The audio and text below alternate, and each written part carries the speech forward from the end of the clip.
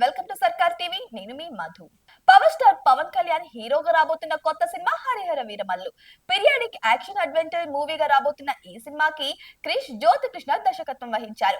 Nidhi Agarwal heroine గా నటించిన ఈ సినిమా జూలై 24న ప్రేక్షకుల ముందుకు రానుంది.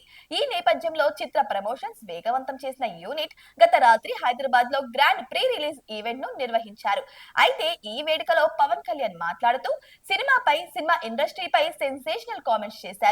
రికార్డుల కోసం ఎప్పుడు కూడా సినిమాలు చేయలేదని, సగటు మనిషిగా బతుకుదామన్న ఆలోచన తప్ప తనకే కోరికలు లేవని ఆయన చెప్పడం గమనార్హం. తాను ఈ స్థాయిలో ఉండడానికి కారణం కేవలం అభిమానులే అని చెప్పుకొచ్చారు పవన్ కళ్యాణ్.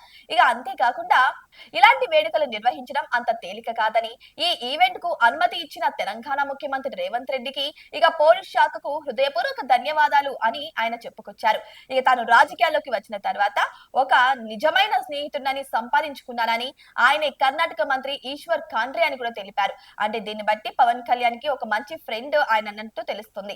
ఇక ఆయన కర్ణాటక నుంచి వచ్చి ఈ వేడుకలో పాల్గొనడం నాకు గర్వకారణం అని కూడా అన్నారు. ఇక భీమ్లా నాయక్ విడుదల సమయంలో అన్ని సినిమాల టికెట్లు 100 రూపాయలు ఉండగా, నా సినిమా టికెట్ ధరను 10 రూపాయల నుంచి 15 రూపాయలుగా చేశారు.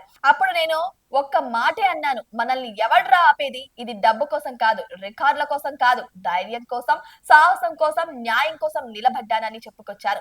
ఇక నేను ఎప్పుడు రికార్డుల కోసం పోటీ పడలేదని, ఒక సగటు మనిషిగా బతకాలని మాత్రమే కోరుకున్నానని ఆయన తెలిపారు.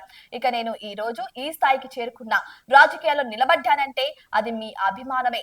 నా దగ్గర ఆయుధాలు ఏమీ లేవు, గూండాలు లేరు, నా గుండెల్లో ఉన్నది మీ అభిమానం మాత్రమే అంటూ ఎమోషనల్ కామెంట్స్ చేశారు పవర్ స్టార్ పవన్ కళ్యాణ్. అంతేకాదు, చిత్ర పరిశ్రమలోకి వచ్చి దాదాపు 30 సంవత్సరాలైంది. వయసు పెరిగినా గుండెల్లో చావు మాత్రం తగ్గలేదు. గబ్బర్ సింగ్ సమయంలో ఒక అభిమాని ఒక హిట్ ఇవ్వండి అని అడిగాడు. అప్పుడు హరీష్ శంకర్ ద్వారా వచ్చిన విజయమే అది. ఈ సినిమా కూడా చాలా కష్టకాలంలో చేశా. జానీ ఫెయిల్యూర్ అయినా సరే అభిమానులు నన్ను వదలలేదు.